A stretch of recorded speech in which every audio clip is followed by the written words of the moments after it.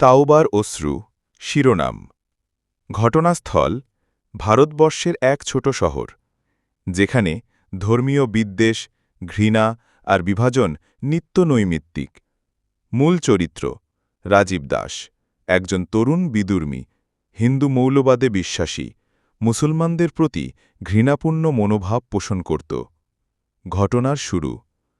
রাজীব ছিল একটি উগ্র সংগঠনের সদস্য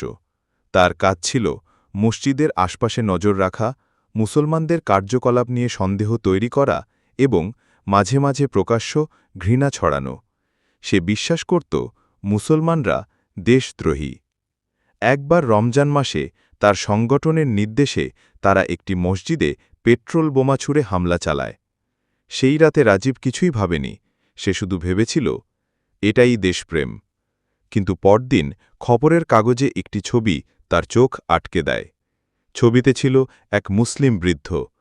তার সাদা দাড়িতে আগুনের ছোঁয়া লেগে গেছে চোখে অশ্রু আর ঠোঁটে দোয়া তিনি দাঁড়িয়েছিলেন পুড়ে যাওয়া মসজিদের ধ্বংসস্তূপে মুখে বলছিলেন হে আল্লাহ যারা এটা করেছে তাদের হেদায়েত দাও আমি মাফ করে দিলাম তাদের রাজীব সেই মুহূর্তে ভীষণভাবে থমকে যায় কিন্তু একই সাথে সে ভাবতে বাধ্য হয় এটা কেমন মানুষ যার ঘর জ্বলেছে প্রার্থনার স্থান ভস্ম হয়েছে তারপরও সে ক্ষমা চায় অন্তর্জ্বালা ও পরিবর্তনের শুরু সে রাতে রাজীব ঘুমোতে পারেনি প্রতি রাতে ওই বৃদ্ধের মুখ সেই দুয়ার শব্দ তাকে ঘিরে ধরত একদিন সাহস করে রাজীব সেই বৃদ্ধের কাছে যায় সেই শুধু বললেন আমার প্রিয় নবী তো এমনিই করতেন আমার দিন আমাকে ঘৃণার বদলে দয়া শেখায় সেই দিনের পর থেকে রাজীবের জীবন পাল্টে যেতে থাকে সে গোপনে কোরআন পড়তে শুরু করে যতই পড়ে ততই কাঁদে আল্লাহর দয়া ন্যায়বিচার শান্তি এবং ক্ষমার বাণী তার হৃদয়কে নরম করে দেয় ঘটনার চূড়ান্ত বাঁক 6 মাস পর এক নির্জন সন্ধ্যায় রাজীব সেই বৃদ্ধের হাতে কালিমা পাঠ করে মুসলমান হয়ে যায় তার নাম রাখা হয় আব্দুর রহিম